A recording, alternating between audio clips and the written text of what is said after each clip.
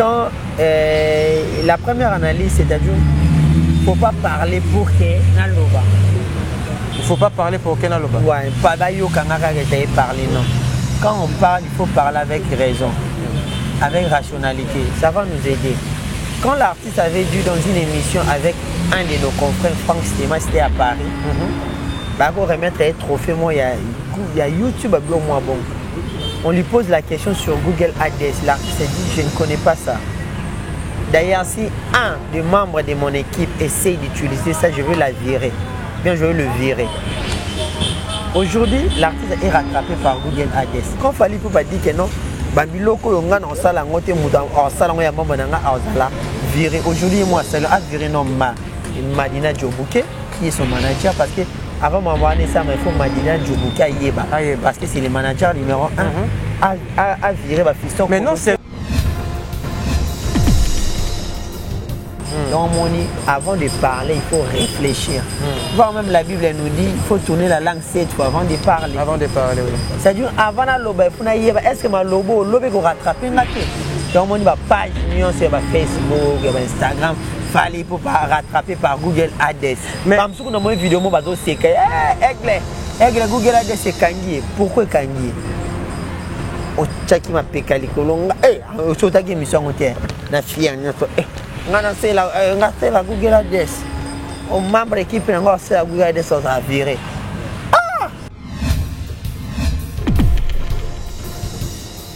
Ferrego la dynastie Motoro Koufa. Parce que Makamouzan dynastie Mido. Tout le monde a regardé la belle époque, il y a maison, mais nous allons vivre ça. Parce que tu vois la participation des JDT Moulopé. Avec la chanson Bembeli choisit ma tata, waouh! Sankara, tu as besoin de ça théâtre. Aïda na décor, bazaba sangani, vidéo, bazaba sali théâtre. Net tout le monde vient à Adolphe à sali théâtre et nasi la bissal. À qui pas sali na bango, ça peut. D'ailleurs, Sankara d'écoute, on ne travaille pas chez Kofi Olomide. Sankara travaille na maison, mais on a évité de pas travailler à Tilo na maison. Sankara d'écoute, il est libre de dire tout ce qu'il veut. Nous sommes dans une république démocratique du Congo. Nous sommes dans un état de droit. État de droit où il faut se permettre dans déjà dans la précédente émission, tout ce que Sankara avait dû à propos de Kofi Olomide, Anelo Monta Kosaki. Toi, le bac est vrai. Zamaramou Salama. Vous comédien bon? Non, je pense que comédien, comédie dans la place que tant que tu as fait passeport diplomatique, tu as fait tant que nani. On soit même comédie. Nabi Malobana, le bac est crédité pourquoi tu as lié un.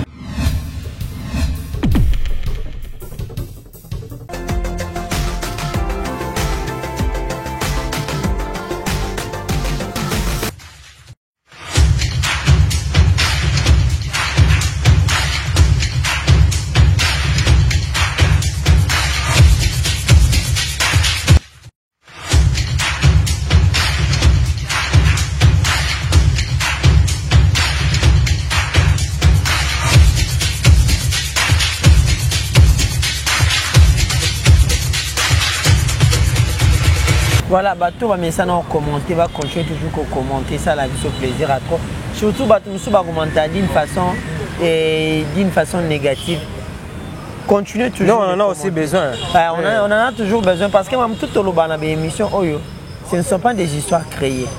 Ce sont des histoires vraies et puis des histoires vécues. Je parle de l'émission que j'avais fait, on a parlé de Kofi Olomide. Tout ce que nous avons parlé de Kofi Olomide a été commenté dans Kosaki. Oh, tout dans le bac, quelqu'un vient nous insulter dans les commentaires, on ne sait pas pourquoi, mais continuez toujours de nous inciter au Lembaté. On ne va pas se taire pour bang ça me dit toi il y a toujours Loba. On a touché le mot que tout ça a besoin il y a des critiques na bango, on a besoin de conseils na bango parce que c'est notre travail ici, il faut qu'on améliore place il faut améliorer na biso mais ko finga ko critiquer de façon négative comme nous ba critique nous bien avant oh azo finga déjà mis de ko finga ça fait partie de notre quotidien et puis combien de fois finga parce que ngakut na vanda na talaka hôtel et n'importe vraiment ça comme ça là bien ou bah tout reconnaître vraiment que non vraiment ça comme ça là bien mais autant dans commentaire bazo finga parce que à l'obélé artiste mon boy. Bon, c'est normal, hein, ça fait partie du jeu, donc il faut toujours. Ça fait partie ça fait partie du game, c'est tout à fait normal. Il faut remettre ça, et dès l'entrée de jeu, surtout total chanson d'Adju et Zali King, tout le monde peut participation. Il y a Didi Stone, la fille, il y a Kofi Olomide, et tout le monde vitesse. Il y a clip et puis tout le monde qualité à la chanson. Je ne sais pas si tu as qui influence. Il y a la figurante Didi Stone, na qualité artistique. Il y a Dadju, Azali, frère, il y a Gims, Ndé, Salipé qui m'a rampé qui n'a pas vitesse. Ouais, certainement. Tu vois déjà Didi Stone, c'est une grande star dans Minito, personne ne peut les nier. C'est la fille au hasard où monter vraiment l'icolo. Elle a le vent en poupe. Alors qu'il n'est pas sentir qu'elle n'a Didi Stone. Tu vois déjà Didi Stone, elle a été invitée dans le défilé à Balmain. Comme Mekate, le défilé à Balmain, là où il y a Neymar. Tout le monde est récemment ici les photos avec Rihanna, les photos avec Kanye West. C'est déjà Mouto a franchi pas oh yo grand monsieur il y a Congo bosani ba komate déjà kozana ba Rihanna ba Neymar ba Kanye West blague était elle a été envoyée au niveau à Sénégal pour le compte du magazine Vogue hein comme Mekate magazine il faut gagner à n'importe qui tout le monde est dernièrement à Kinshasa ça fait le bel ça fait le tour il y a mobile lorsque Beyoncé la star américaine à ça qui vidéo n'a pas photo avec la chanson il y a grand maître l'homme qui a dit c'était pour le compte du magazine Vogue parce que tout le monde magazine Vogue wana et suivent Didi Stone mais il na niveau à Dakar ça il va vidéo va photo ça dit Didi Stone elle a le vent en poupe ça dit comment on a collaboration avec Dadju c'est n'est que normal on a un nombre de vies comme on a un niveau parce que influence il y a des stars wana et jouer il y aura trop d'influence déjà on a double influence d'abord on a influence il y a bango morono ba star il dit ça en plus Dadju deuxième influence il y a un niveau il y a géniteur na bango Koto yo Dadju la fille de maman Dalida ainsi que de papa Jana bayebana déjà baba tutu bayeba Dadju ko tu bayeba mona atana misute bamsu bayeba Dadju ba dino maman musique té Dalida maman na Dadju tout le monde l'a chanté na dans la célébrité couleur na veine na bango voilà ça dit on a vu bana ba même on a niveau à double impact attends que ba mon ba influenceur deuxièmement ba géniteur na bango otali Kofi Olomide otali Dali otali Juna Jana voire même Ali a fait déjà Kofi à publicité na ba niveau moi pour dire que ces deux artistes font la fierté à Mboka, surtout que Dadju récemment nommé ambassadeur culturel il y a niveau ambassadeur culturel il y a RDC celle qui est sur Kitoko drapeau il y a Congo ils ont toujours levé dans niveau il y a monde entier bravo à ces deux artistes et nous espérons que la chanson va également gagner des disques d'or et singles d'or également et ça l'a bien. Oui, il y a 24 heures, 6 millions de vies. Et autre soulevé pour moi très intéressant, bien que Didi Stone Aza Komata. Et quelque part après le choix de Didi Stone de la part de Dadju, il joue un peu rôle par rapport à influence n'a montée à Didi Stone. Mais au monde Dadju, la Gims, ils travaillent avec des professionnels.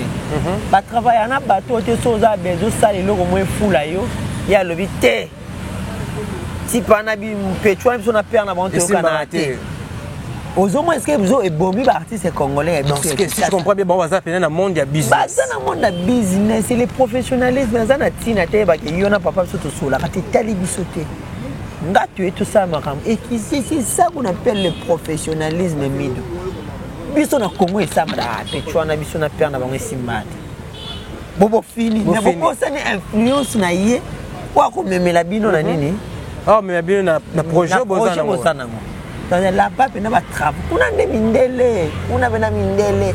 Imaginez ba yoka na raté mais na betazo na ona o ba yoka na raté mais c'est producteur moi mini à 5 ça bango sur un plan moi ba projet moi qui tourne moi ba yé Ils ont mis leurs égos à côté, bah travailler. Putain, bon, si ça travaille, donc quelque part, ce genre de comportement ne nous permet pas d'avancer, oui, surtout culture Nabiso. Ça ne nous permet pas d'avancer. Vu qu'il y a une différence, c'est ça trop. Les antécédés, ça trop, mais disons, c'est les Kimingi.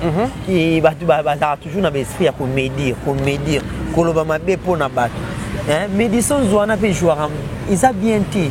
Mais par contre, tous ces jeunes au monde sur le plan professionnel, sur le plan il y a Europe, on a évolué. Pourquoi? Ils ont mis les égos à côté, mais disons que c'est donc, toi, tu es vraiment professionnel. Tu es artiste. Moi, je vais collaborer. Ils ont collaboré en tant que des artistes. Lobby, il y a un nouveau projet où il faut réunir les sous. Bon, Sangana. On comprend. Et pourquoi pas nos artistes et les managers comment la vision pour faire avancer notre culture? Est-ce qu'on se pose des questions? Nos managers ici, la classe à management solo. On va appeler les artistes. Mais sûrement, oui, autant la formation. La plupart des artistes, c'est d'abord les artistes. Je donne un exemple moins facile. Un élément de ça émission. Alors, soit il y a mis Massani dans le plateau. Tout ce que son ami dit, il y a le bailot. Mais il est professionnel des médias, il peut contredire son ami. Il y a 4 boulot. Amitié, c'est en dehors, il y a boulot. Mais il y a parce que il y a contredire, il y a finanga. Au moins, est-ce que vous avez un bureau d'artiste? Il peut avoir une très bonne réflexion, un très bon projet, une très bonne idée. Mais à ce artiste a beau, il y a finanga. Mais si on a pas tout maramouani à la raté. Na lobby so boy na CNI, je plie mes bagages na CNI. Je jette l'éponge na kei. Vous avez un moment de ça. So ils a raté, il y a un moment la musique il va nous ça il va nous battons sur des bâtiments d'adju na ba games ba ambassadeur culturel. Ba me moi touche à sika. Et surtout vu le projet pe bazana. Le projet bazana et ça la bien. Et ça la bien mis dossier on te comme on a ba artiste moi ba mboka me ba mikie. Abimi, papa va régner. Moi, je suis Bima déjà. Bon, tourner. Ils sont en train de stagner comme l'eau est stagnée dans ma ville. C'est pas normal, mon cher. L'évolution, vraiment, c'est ma longue. Vous savez, ma longue. Moi, je dis coup de chapeau à Dadju, coup de chapeau à la méga star Didi Olomide, Bango, surtout. Bon vent à Bango, va continuer toujours bon.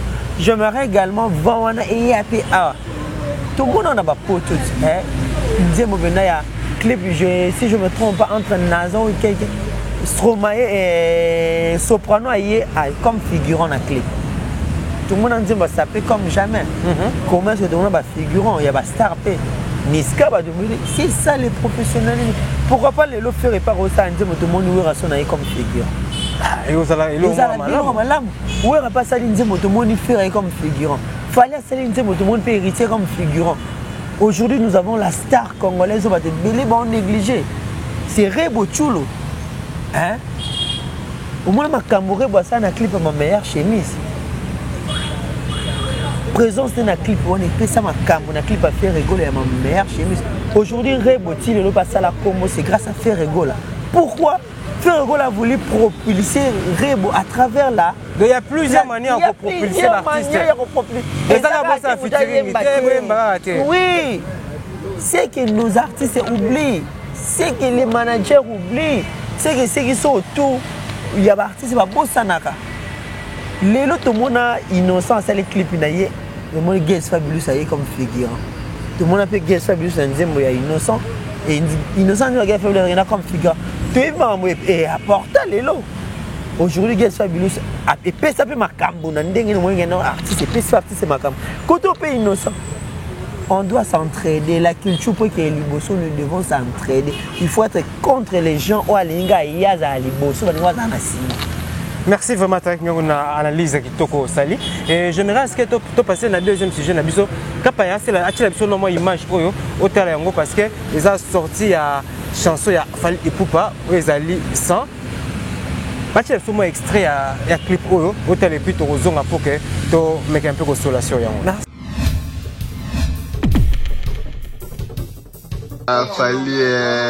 Fally Google ADS Fally le bagage c'est là en haut. Mutachango obaki ce moment bureau na chango olongole boulot to monde est-ce que olongola mutu boulot. Merci. Merci vraiment Kapaya Papa na Gigi, donc une image qui est au Pécibiso. Et Tariq, tout le monde est déjà clip, il a fallu Popa 100. Nini aurait marqué dans clip wana? Un très bon clip, clip à Kitoko, comme a été toujours d'habitude chez Fali Poupa, parce que c'est également un professionnel aux années dans le Congo. Et texte à chanter, ça va? Et déjà, il y a moi habitude il y a Occident, 2 minutes, 3 minutes, mais c'est bon. C'est bon, il parle de l'amour, c'est déjà bon. Oui, Nathieu, partie ou soit tout morceau, il y a chanson pour une raison. Parce que surtout, tu es bien. Tu as mis la sortie médiatique, il a fallu pour aller clair avec ce qui na staff naïe bako utiliser Google Ads, mouton qu'on utilise on fallait pas baguer à virer. Mais on a remarqué que l'utilisation il y a Google Ads na chanson on a puis na clip wana. Na évité. Donc nous on analyse nous que ça là par rapport à Marambo tout ce qu'on a là. Bon déjà la première analyse c'est-à-dire faut pas parler pour que naloba. Il faut pas parler pour que naloba. Ouais, pas bayo kangaka que parler non. Quand on parle, il faut parler avec raison, avec rationalité. Ça va nous aider. Quand l'artiste avait dû dans une émission avec un de nos confrères, Franck Stéma, c'était à Paris, on remettre un trophée, moi, il y a YouTube, moi, bon. On lui pose la question sur Google Ads. L'artiste a dit, je ne connais pas ça.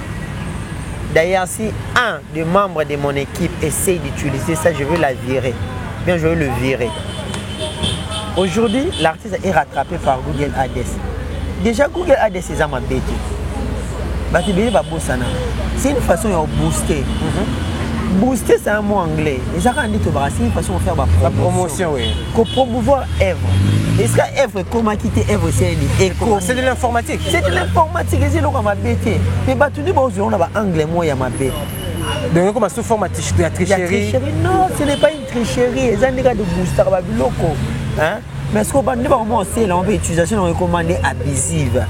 Il y a un moment quelque part, mais les autres saranini et rattrape par l'artiste. Quand il fallait pas dire que non, Babiloko yonga en salle en côté moudan en salle on y a maman nanga azala viré aujourd'hui moi c'est a viré non Madina Djobouke qui est son manager parce que avant maman ça il faut Madina Djobouke yeba parce que c'est le manager numéro 1 à virer ma fiston. Mais non seulement faut manager mais il faut un artiste fait. Si l'artiste il est au courant parce que je crois pas qu'avant elle est quand wana yeba quitter. Il connaît ça.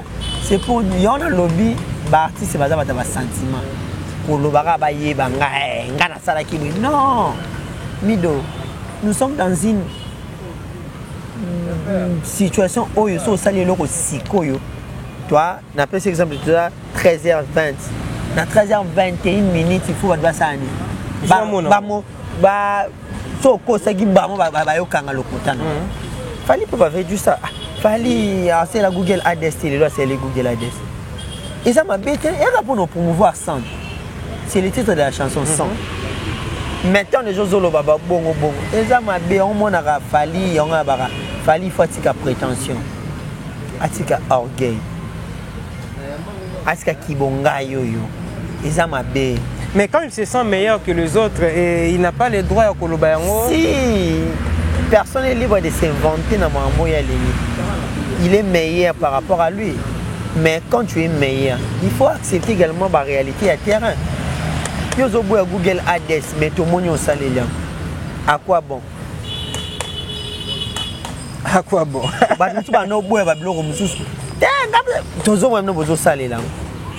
Aujourd'hui, au monde m'a rebellé, voire même tout le monde on n'est pas artiste, c'est au péto soutenir. Après que l'autre moment, par rapport à mon non, et l'autre moment, on peut bien, il s'est lancé dans ça. Donc, avant de parler, il faut réfléchir. Voire même la Bible nous dit, il faut tourner la langue 7 fois avant de parler. Avant de parler, oui. C'est-à-dire, avant la lobe, est-ce que ma lobo qu'on rattrape un gâteau? Donc, on a page sur Facebook, Instagram. Fallait pour pas rattraper par Google Ads. Mais comme si on a une vidéo, on va dire c'est que aigle Google Ads c'est Kangi. Pourquoi Kangi? Au tchaki m'a pécali kolonga. Au chotaki mission on tient. Na fier ngana c'est la Google Adresse au membre équipe n'anga c'est la Google Adresse ça a viré.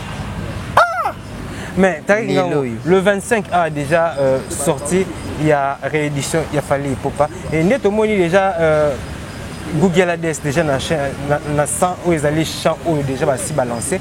Et pensez-vous qu'il y a sorti, il y a réédition na to retrouvant le sou kunate? To retrouver oh ni de non tu le ba aiza ngolo salama ngeza mabete. Moi banze mutu wana ba utiliser ngo bango tout. Fabrice utiliser on nze monnaie ya maibwenda.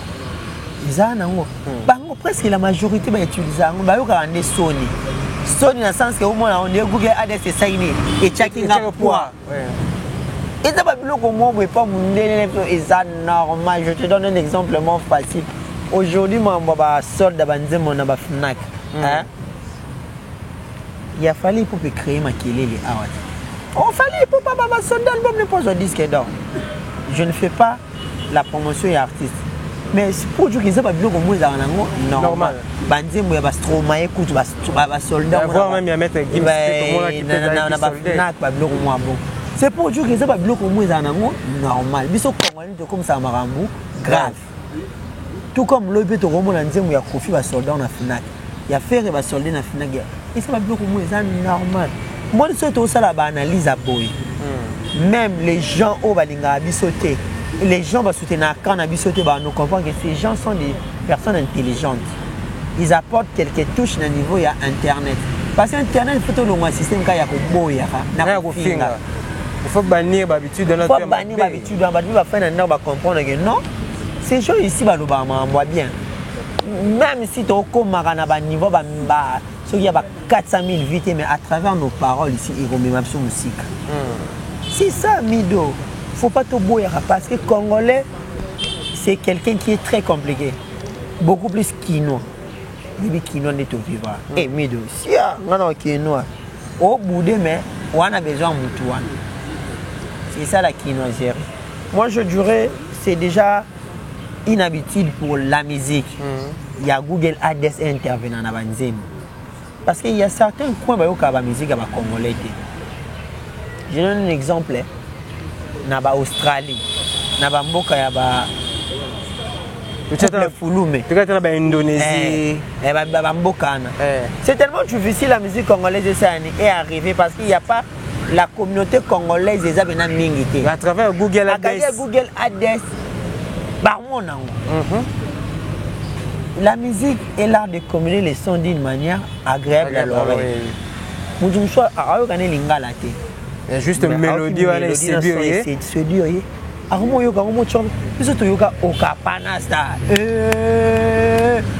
C'est un Coréen qui a chanté ça. Ça fait le tour du monde. Message du Tokana au Pakanasta. Oui, bien sûr, nous imbani nakati. Pas du tout. Oui, bien tata.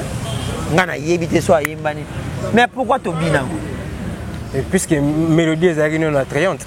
Il y a permet à biso vraiment tout sentiment peu plaisir. Toyoka pe robiner. Toyoka banzo ba anglais awa. Ba Yemi Alade, ba Davido, ba Wizkid. La majorité de la population congolaise est anglais parce que nous sommes une nation francophone. Mais tu sais pas la banzo mon avant point. C'est juste pour la mélodie na bango. Il y a un lobby Google Adresse pour permettre on dit mon comme sikamo boye. On fallait mais grâce à ta mélodie peut va se faire au seul succès va bien dans le cadre na quoi monde na mon le groupe Makoma à l'époque va qui ta concert na île de Fidji. Congolais moi comme île de Fidji qui na mama musique ko ta mais Makoma ta musique na bona île de Fidji. Il sanga Makoma le premier album ya groupe Makoma ba imba na mnokoni. Ba imba na lingala. Lingala. Mais babeta ba concert babeta banzemo na bango na île de Fidji. Bata Fidji boka lingala. Je ne crois pas. Donc tout tika complexe.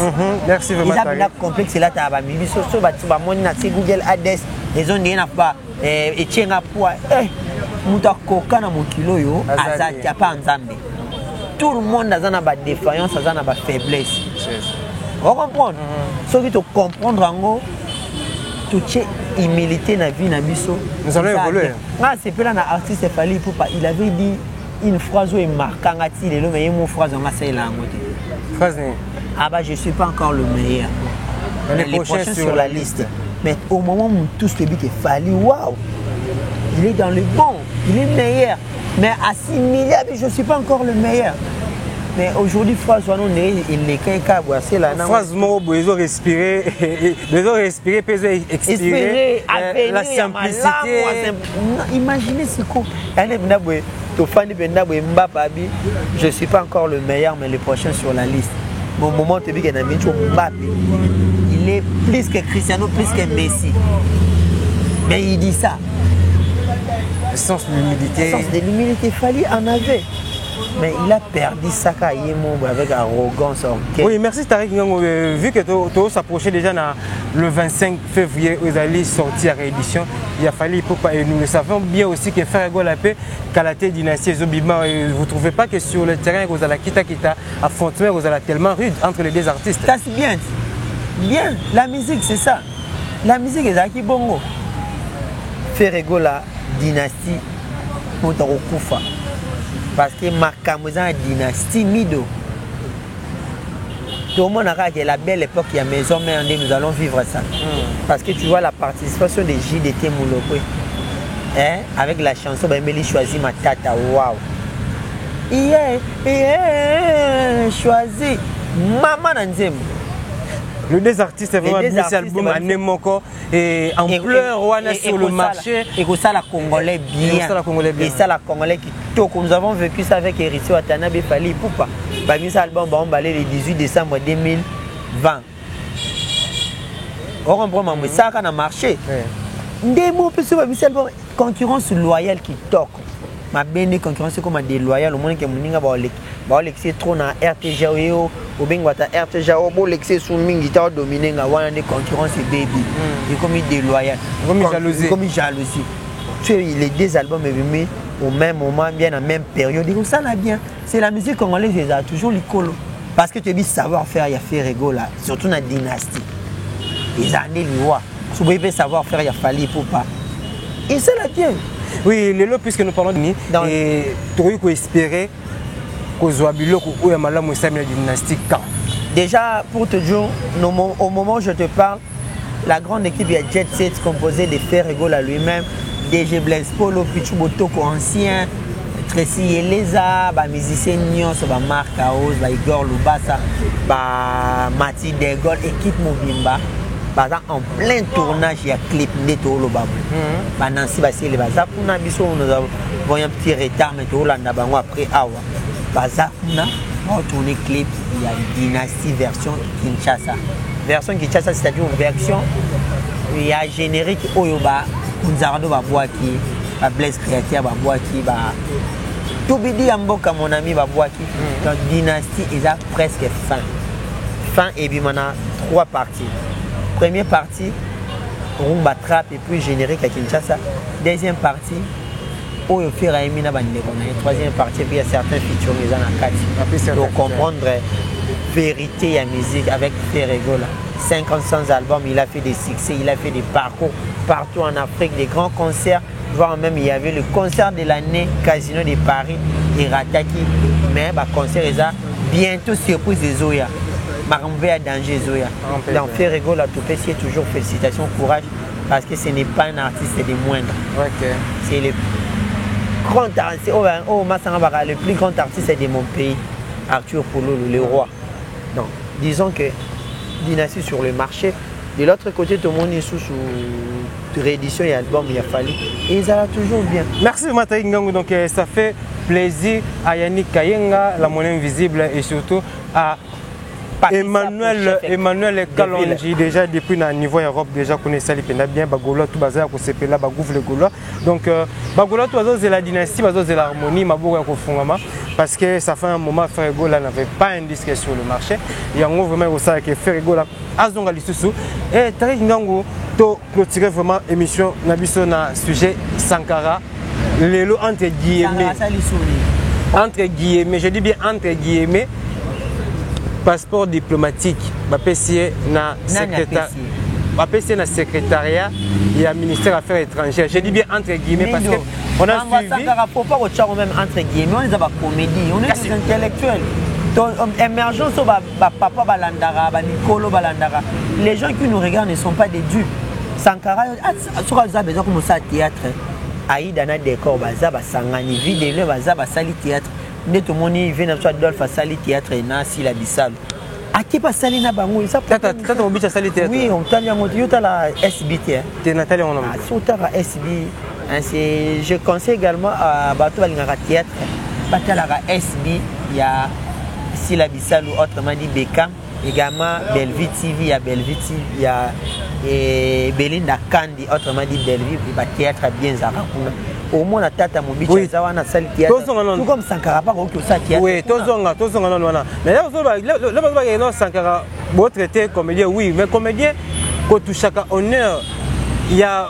Batou basali fierté à musique nous doit même kilo peut charge la musique pendant plusieurs années mutoko Koffi Olomide lelo Sankara se permet à koloba ono soto zoloba na pour na Koffi Olomide. Pensez-vous vraiment que Sankara de Kunta mérite de dire tous ces trucs au nom de Koffi Olomide? Je ne comprends pas. Sankara de Kunta mérite de dire si ceux qui ont mérité koloba bêtise zoloba à l'égard de Koffi Olomide. Toi dans droit à koloba toi ont mérité. Bon, disons ceci. Quand tu dis que Sankara d'Ekouta, si je peux dire que ceux qui ont un droit à Roloba, d'ailleurs Sankara d'Ekouta ne travaille pas chez Koffi Olomide. Sankara travaille à la maison, mais on a évité de travailler à la maison. Sankara d'Ekouta, il est libre de dire tout ce qu'il veut. Nous sommes dans une république démocratique du Congo. Nous sommes dans un état de droit.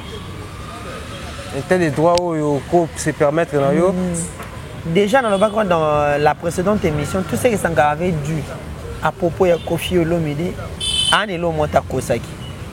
Toi, le bac est vrai. Zamarambo Salama. Vous êtes comédien, bon? Non, je suis comédien, comédie dans la place que tant que tu as PC passeport diplomatique, tu as PC à tant que nan.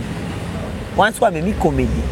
Nabi Malobana, le bac est crédité pourquoi tu as lié impoli, tu as lié mal éduqué. Il vient à la télé pour insulter. Il y a un qui est accrédité. Moi, je vais faire une valeur exacte. Parce qu'il vient à la télé pour insulter, pour finir bateau, pour n'importe quoi. Ils ont un sens. Par contre, aujourd'hui, comme on a dit, il va passer passeport diplomatique. Toute une question, on va passer passeport diplomatique en tant que nan. À ça, la nid. On a pas que le gouvernement congolais vous. Maintenant, les autorités compétentes, il faut saisir. Atika biloba loba, en plus, aux autres mots-là, on se peut non appeler passeport rouge. Il faut savoir où tu as Victor va tirer là-bas passeport. Il y a d'autres mots, on va la faire tout le monde. Donc, on a tout le monde va faire un scénario. Mais ça, scénario, c'est théâtre. À côté de ces fonds, c'est un abouzoba, c'est théâtre. C'est sûr, il y a théâtre, est-ce qu'objectif, il y a scénario, voilà, Otomé a une très bonne question. Objectif du scénario, c'est seulement pour faire mal à Koffi Olomide. Pour dire à Koffi Olomide que non, mais aux méritants, tout comme Ngapé, je peux en avoir. Sur l'année, par rapport à dire na biso émission précédente tout ça là pour dire que non, nous avons mérité biloko on a été en 140 on a mis ba comédie.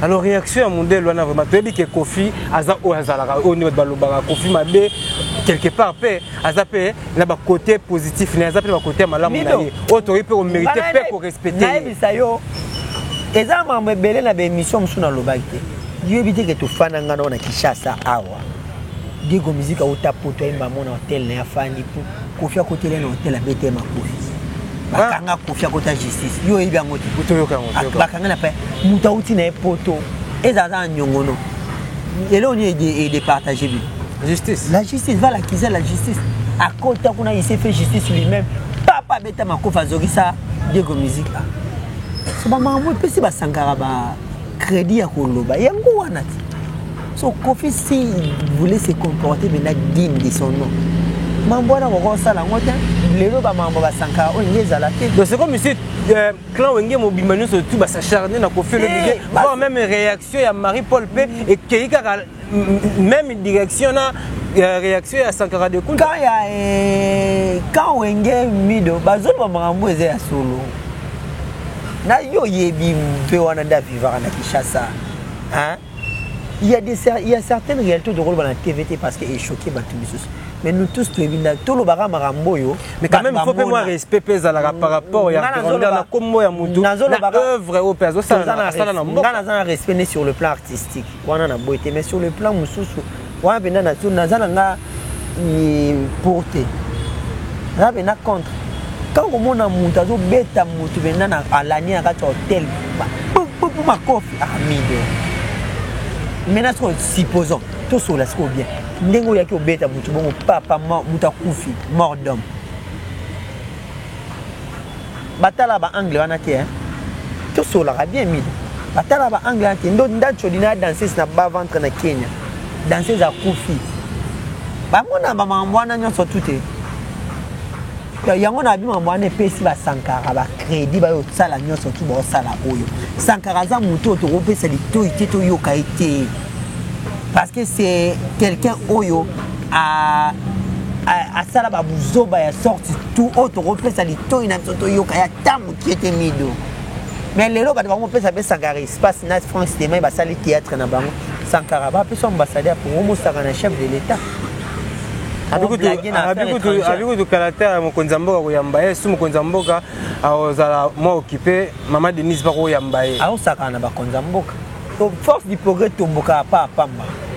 Sozo sakana chef de l'état tika bongo force du progrès tomboka. Merci Matakinga on est arrivé sur force du progrès comprendre. Atika bongo. Merci Taïga, on est arrivé à la fin de notre émission. Juste un dernier message pour Nabandeko Tuatali Taïgango. Un message pour nos fans. Il y a Taïgango et surtout pour Nabandeko Tubalingarabi. Je suis un chevronné de la matière. Je suis un professionnel des médias. Mamona Lobaka, Naramasa, Angona Balabalate, ce sont des faits vécus et puis des histoires vraies. Tout ce que j'ai pu raconter, ils ont maramba solo, nous avons parlé de la collaboration de Dadju et de Didi Stone Olomide, quelque chose qui est louable et qui est profitable pour la culture congolaise. Surtout que Dadju a commis ambassadeur culturel. Au moins de ma cam, il faut un musicien sur Basala, Yangoana. Il doit apporter un plus, il doit apporter du crédit à leur carrière. Il doit apporter du crédit dans la musique n'a pas Basalak. Isaac, Bozara qui est confié, Nganet, Yokanate, Nganet, tout ça. Les autres, mon collaboration avec Dadjuna Didiston, au moins, il y a 24 à 6 millions de vues. Tout le monde a comme un mois donc il y a un scandale. Tout le monde a collaboration, il y a Ferregoana Rebo Chulo. Lelo Toyebi Makambu. Collaboration n'est pas ça Rebo. Rebo aujourd'hui, sans ignorer, elle est la star féminine, voire même au-dessus à Sundi. Tout va bien, série mort, star, Anita Moarabo, Renka, Petuana, toi, Basuana, Lala. C'est voir même Talara. Rebo grossesse, naïe, Talama me créer Internet. Tout ça parce que Ferrego avait le cœur ouvert au Sani. Il y a un clip, il y a ma meilleure chemise, il y a un signe à Bartière, ou a tout, l'artiste, on a tout, la bonne foi. Tout le monde appelle le long, où est son invité, puis j'y vais un clip, il y a un bien. Kofi Olomide invité, où est invité, j'y vais. C'est ça que nous voulons pour la culture congolaise. Ce qui est aux Aranes, il y a un, Ngaï, Quadre, un papa chéri. Ngaouera sont les rois de la forêt. Jésus des nuances. Aigle. Toko évolué. Merci. Là, je profite de saluer Bato Balingakanga. Babi, Émergence One Télévision Kalaming était partenaire au partenariat avec Papi Sapo, chef de ville. Maramba Danger Zoya, Papi Sapo, chef de ville. Quand le chef est là, la ville est calme. Mon vieux Papi Sapo, Maramba bien Zoya. Le vieux Richard Sapo, Bambote Nabino, Bambote également. À ma petite sœur que j'aime beaucoup, vrai chéri, moi c'est à Pembe Saria Kitanu, vrai babi, Mouta Lingara Batu, Mouta Solana Batu Saria Kitanu. Un grand merci également à Nadège Kitanu, babi, l'anniversaire continue, joyeux anniversaire à toi, Serret, plein de bonnes choses à toi. Bijou Sengu, la famille Kitanu, Mobimba, Bambote Nabino Saria Kitanu, babi Makambo, 33 degrés, naturellement belle. Bambote également Berti Souvé Papa Zara Batunyon surtout Batunyon Tony Mayala Mayoka Bambote Nabino Shadrach avait chino Babitambolara Mokili sillonné monde entier. Alain Kembe la garçon des disques mon vieux Géritan c'est l'architecte Aroton c'est Mobutu Bambote Nabino, merci à toi également, Amido, de m'avoir invité sur le plateau. Il y a Émergence sur la télévision sur Sigeza. Non, il faut toujours performant et puis développer.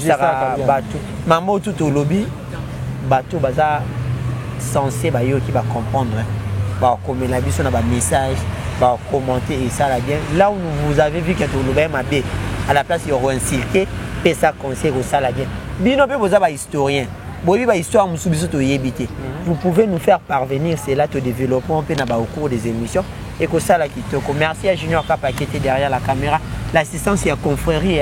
Je vois Vasco de Gama, Gouv les Gaulois, Yampak Alessage, l'homme critique. L'homme critique également, héritier, il est pour Bambo Tinabango. On est ensemble. Merci beaucoup. Oui, on est arrivé vraiment à la fin de notre élément de cet après-midi. Donc, merci vraiment à Junior Kapa à assurer côté image et surtout côté réalisation. Merci vraiment à la bande de tout besoin qui est un peu vous disposer de la côté la biso, Gaulois, Gauloises, Gladiateur, Warrior, Kofifini, tout au bout là qui biso vraiment je sais que Boza là. Un grand merci vraiment à M. Bill Mobuka depuis les États-Unis, mon vieux. Merci vraiment dans soutien. On a passé encore Mbote na do de Don Luba qui est au niveau à Londres et sans oublier Freddy Bozil à niveau à Michigan parce que à niveau aux États-Unis base d'émergence sur une télévision. Ils ont Koba Kakase Koba. Sans oublier Hervé Lupanadio, autorité morale, Motema Batouya, Aminata Kiazola, donc merci de soutien. On a fait encore Mbotena Hilde, Motema Batouya, Bruno, Sergio Ramos, donc tous sera toujours ensemble et ça toujours bien. On a fait Mbotena Sandrine Ntumba, Maman Lakirine et sans oublier Carlos et José, donc couple béni, la bande de la couple béni. Papa Nabiso Mertin c'est Sibou ainsi que Maman Clarisse c'est Sibou. Au niveau de la France, et Bazaka Ming accompagné Francine Ndombe ainsi que Candy Chama parrain ici. Donc on est vraiment ensemble, tous aura toujours soudés et puis tous aura toujours réunis, vraiment bien entourés parce que le conseil Nabino ça rend bien. Donc maître Fabrice Loboko, donc merci PAYO parce que yo posera toujours wana présent et on a fait encore Mbote na Dolimbenga na niveau de Norvège, donc la famille reste la famille. On a fait Mbote na Esther Batungasana et Eric Obosanaka jamais. Eric Mandala les banquiers, donc maître Eric Kamer, merci de soutien. Je promets vraiment qu'il y a un élément il s'appelle Sandy BKT. Continue toujours pour partager les liens. On appelle encore un mot pour clôturer. À mon vieux Gilles Tamba, le véritable revendeur, solo. Donc à Silissa, ma petite naïve vraiment posé à Moutouka. Donc côté véhicule vraiment assuré. Donc merci vraiment et on se retrouve très prochainement. À suivre.